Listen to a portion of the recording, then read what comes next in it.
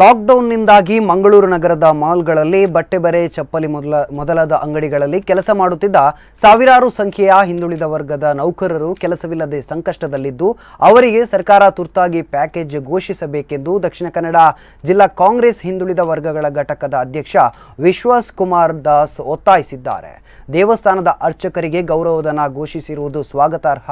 ಆ ಮೊತ್ತವನ್ನು ಹೆಚ್ಚಿಸಬೇಕು. ಜೊತೆಯಲ್ಲಿ ಜಿಲ್ಲೆಯ ಗರಡಿಗಳಲ್ಲಿ ಪೂಜಾ ವಿಧಿವಿಧಾನ ನೆರವೇರಿಸುವ ಪೂಜಾರಿಗಳು, ದೇವಸ್ಥಾನಗಳಲ್ಲಿ ಚಾಕರಿ ಮಾಡುವವರು, ಪಾತ್ರಿಗಳು ಸರ್ಕಾರದ ಪ್ಯಾಕೇಜ್ನಲ್ಲಿ ಸೇರಿಸಬೇಕು ಎಂದು ವಿಶ್ವಾಸ್ ಕುಮಾರ್ ದಾಸ್ ಆಗ್ರಹಿಸಿದ್ದಾರೆ.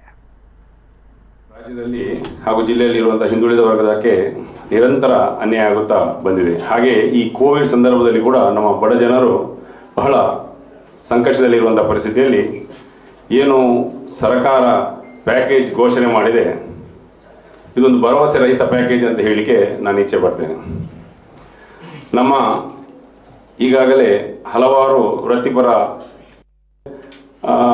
ಹಲವಾರು ನಮ್ಮ ಈ ಶಾಪಿಂಗ್ ಮಾಲ್ನಲ್ಲಿ ಅಥವಾ ಬಟ್ಟೆ ಅಂಗಡಿಗಳಲ್ಲಿ ಅಥವಾ ಈ ಕೂಲಿ ಕೆಲಸ ಕಾರ್ಮಿಕರು ಅವರಲ್ಲಿ ಕೆಲಸ ಮಾಡುವಂಥ ಸಂಬಳಕ್ಕೆ ತಿಂಗಳ ಸಂಬಳಕ್ಕೆ ಕೆಲಸ ಮಾಡುವಂಥ ಹಲವಾರು ಬಡ ಜನರಿದ್ದಾರೆ. ಇವರಿಗೆ ದಿನದ ಖರ್ಚು ಆ ತಿಂಗಳ ಸಂಬಳ ಬಂದರೆ ಮಾತ್ರ ಮಾಡಲಿಕ್ಕೆ ಸಾಧ್ಯ. ಈ ಮಾಲ್ನವರು ಕೆಲಸ ಮಾಡಿಸ್ತಾರೆ, ಆದರೆ ಈಗಿನ ಸಂದರ್ಭದಲ್ಲಿ ಅವರು ಸಂಬಳ ಸಮೇತ ಕೊಡಲಿಕ್ಕೆ ಅವರಿಗೆ ಮುಂದೆ ಬರುವುದಿಲ್ಲ. ಯಾಕಂದ್ರೆ ಅವರ ಶಾಪ್ ಕ್ಲೋಸ್ ಆಗಿದೆ, ಅವರಿಗೂ ಸಮಸ್ಯೆ ಆಗಿದೆ. ಶಾಪ್ಗಳಲ್ಲಿ ಕೆಲಸ ಮಾಡುವಂಥ ದೊಡ್ಡ ದೊಡ್ಡ ಸರಿ ಇದೇ ರೀತಿ ಆಗಿದೆ. ಅಷ್ಟು ಮತ್ತೆ 6 ತಿಂಗಳಿಗೆ ಏನೋ ಮಾನಿಟರಿಂಗ್